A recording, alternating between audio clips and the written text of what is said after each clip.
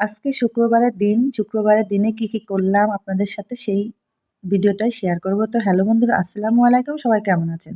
শুক্রবার দিন মানে ব্যস্তময় দিন। কারণ শুক্রবারে সমস্ত কাজ করতে হয় একসঙ্গে।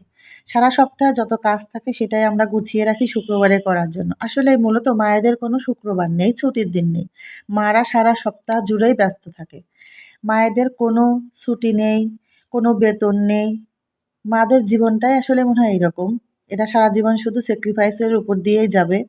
তো এটাকে অনেকেই মানতে চায় না, বলে মায়েদের কি কাজ? মায়েরা তো শুধু শুয়ে বসেই দিন কাটায়। আসলে এই মায়েদের জায়গায় যদি কেউ এসে দেখতো যে মায়েরা কতটুকু করে, তাহলে এই কথাটা আসলে অনেকেই বলতো না।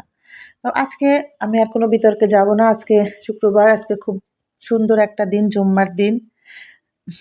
প্রতিটা বাড়ির বাচ্চাদের আজকে একটা স্পেশাল দিন। স্পেশাল দিনে তারা স্পেশাল কিছু খাবার খেতে চায়। তো আজকে আমি সকাল থেকে সমস্ত কাজ-কাম করে, কাপড়-চোপড় কাচা থেকে শুরু করে ঘর মোছা, এগুলো সমস্ত কিছু কমপ্লিট করে আমি আজকে দুপুরে রান্নার জন্য আয়োজনে চলে গিয়েছি। তো আজকে আমার মেয়েরা আবদার করেছে, মামুনি বিরিয়ানি আর পায়েস খাবো। তো তাই সেটাই আজকে আমি রান্না করছি। আর এটাই আপনাদের সাথে একটু ক্লিপ নিয়ে আপনাদের সাথে শেয়ার করছি। আমি কিন্তু ভাই তেমন রাঁধুনি না, প্রতিটা ভিডিওতেই বলি। আপনাদের সাথে ভালো লাগে তাই আমি এগুলো শেয়ার করি।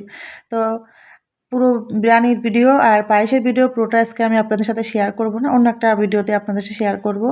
তো আমার ভিডিও যারা আপনারা প্রতিনিয়ত দেখেন তাদেরকে আমি জানাই অসংখ্য ধন্যবাদ। আর যারা দেখেন না তারা অবশ্যই আমার ভিডিওগুলা দেখবেন। এটা আপনাদের কাছে আমার অনুরোধ। আমার পরিবারে কিন্তু আমরা মাত্র ৪ জন মানুষ। আমার হাসব্যান্ড যেহেতু বাইরে থাকেই আমি, আমার শাশুড়ি আর আমার ২ মেয়ে নিয়ে। এই হচ্ছে আমার পরিবার, এ নিয়েই আমার সংসার।